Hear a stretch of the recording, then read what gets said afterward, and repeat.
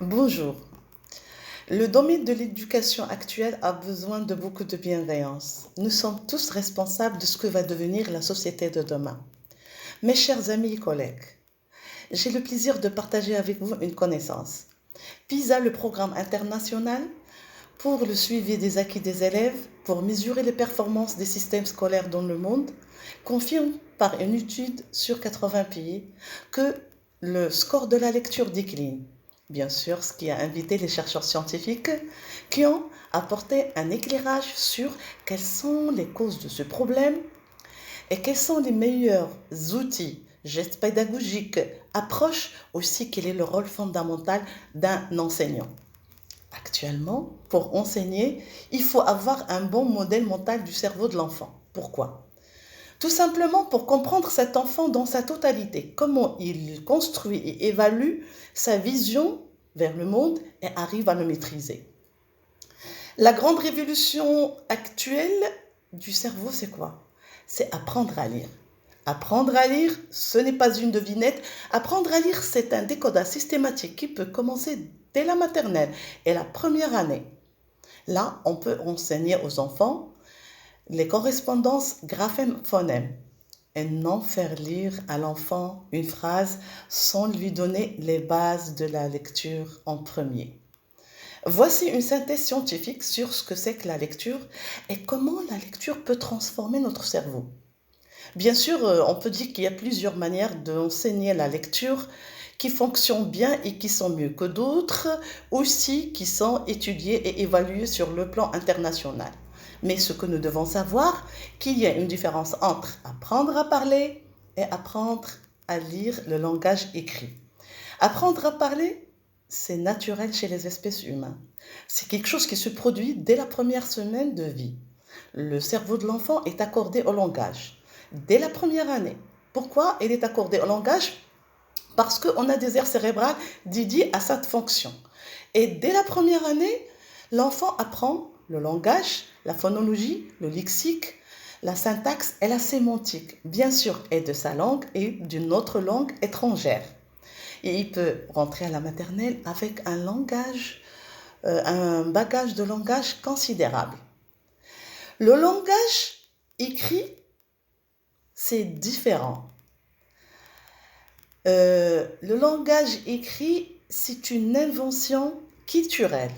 Personne ne peut apprendre à lire si on ne lui enseigne pas les bases de la lecture. Le langage écrit, c'est comme une sorte de greffe sur le système cérébral du langage parlé, par le biais de la vision, et en particulier dans l'ère de la forme visuelle. Dans l'ère de la forme visuelle, où il y a une région qui prend en charge les lettres et aussi il commence à apprendre la chaîne de lettres. Puis il transmet ces informations à l'ère phonologique, ce qu'on appelle correspondance graphème-phonème. Et on appelle cette voie la voie phonologique du décodage. Puis cette région transmet toutes ces informations aux aires qui s'intéressent au lexique mental, en représentation de mots et le sens du mot. On appelle cette voie la voie lexicale. Alors, la voie phonologique et la voie lexicale travaillent en parallèle et en permanence jusqu'à ce qu'on devienne de bons lecteurs par une voie directe. Les règles de la lecture ne vont pas de soi. Il faut les enseigner explicitement. Voici les étapes de l'apprentissage de la lecture. Il y a le décodage. Avant le décodage, il y a le décryptage, puis le décodage sériel. Bien sûr, avec l'effort de la voie phonologique, l'enfant déchiffre, c'est-à-dire il analyse ce qu'il voit. Il convertit lettre par lettre en son.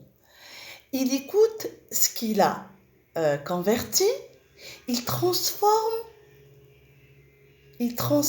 ce qu'il entend dans sa tête. Il entend un mot, bien sûr, parce qu'il le dit à haute voix. Et s'il a un vocabulaire suffisant, il reconnaît le mot et le sens et il comprend le mot. Alors là, il passe du graphème au phonème, au sens des mots. Alors, ce qui est vraiment souhaitable, c'est on commence le tracé de la lettre en même temps à lire. Pourquoi? Ça permet de rentrer dans la lecture rapidement. Aussi, il est préférable de commencer par le caractère cursif parce qu'on a des lettres dans le script qui ont un effet miroir comme le B et le D. Et l'effet peut causer la confusion. L'enfant, il confond entre ces deux lettres, aussi entre le P et le Q. Donc, pour éviter cette confusion et ne pas tomber dans l'ambiguïté par rapport à l'enfant, de préférence de commencer le caractère cursif.